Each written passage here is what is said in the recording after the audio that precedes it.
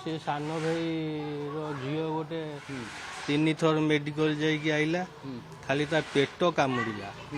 ଆଚ୍ଛା ପେଟ କାମୁଡ଼ିଲା, ସେ ନିମଚୌଡ଼ିରେ ଶିବ ସୁନ୍ଦର ରାଓ ମେଡିସିନରେ ତାଙ୍କର କମିଲା।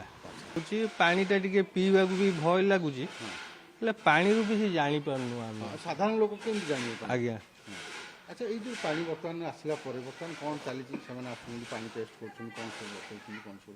ପାଣି ତ ଆସୁଛନ୍ତି, ବୋତଲରେ ନେଉଛନ୍ତି, ଟେଷ୍ଟ କରୁଛନ୍ତି। ଆଚ୍ଛା, ଆଉ ଏମିତି ତ 4-5 ଦିନ ହେଲାଣି ଏମିତି ଆସୁଛନ୍ତି, ଲୋକ ଯାଉଛନ୍ତି। ପାଖାପାଖି ଆପଣଙ୍କର ଏମିତି ଘର ପାଖାପାଖି ସବୁ ଏମିତି ଲୋକ ହେଇଗଲେଣି? ତଥାପି ହେଇଗଲେ 10-12 ଜଣ ଡଣ୍ଡିସ୍। ଆଚ୍ଛା, କେମିତି କ'ଣ ଲକ୍ଷଣ ସବୁ ଆପଣ ଦେଖୁଛନ୍ତି ତାଙ୍କର ସବୁ? କେମିତି ପ୍ରଥମ କ'ଣ ହେଉଛି, କେମିତି?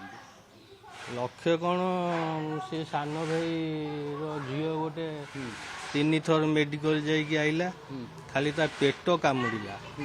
ଆଚ୍ଛା, ପେଟ କାମୁଡ଼ିଲା, ସେ ନିମଚୌଡ଼ିରେ ଶିବ ସୁନ୍ଦର ରାଓ ମେଡିସିନରେ ତାଙ୍କର କମିଲା। ଆଉ କିଛି ଦେଖୁ?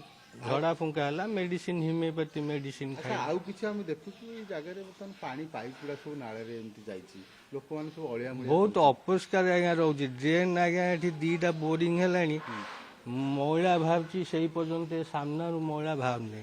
ଆଚ୍ଛା, ଖାଲି ପଛରୁ ମଇଳା ବାହାରୁଛି, ପଙ୍କ, ସାମ୍ନାରୁ ପଙ୍କ ବାହାରୁ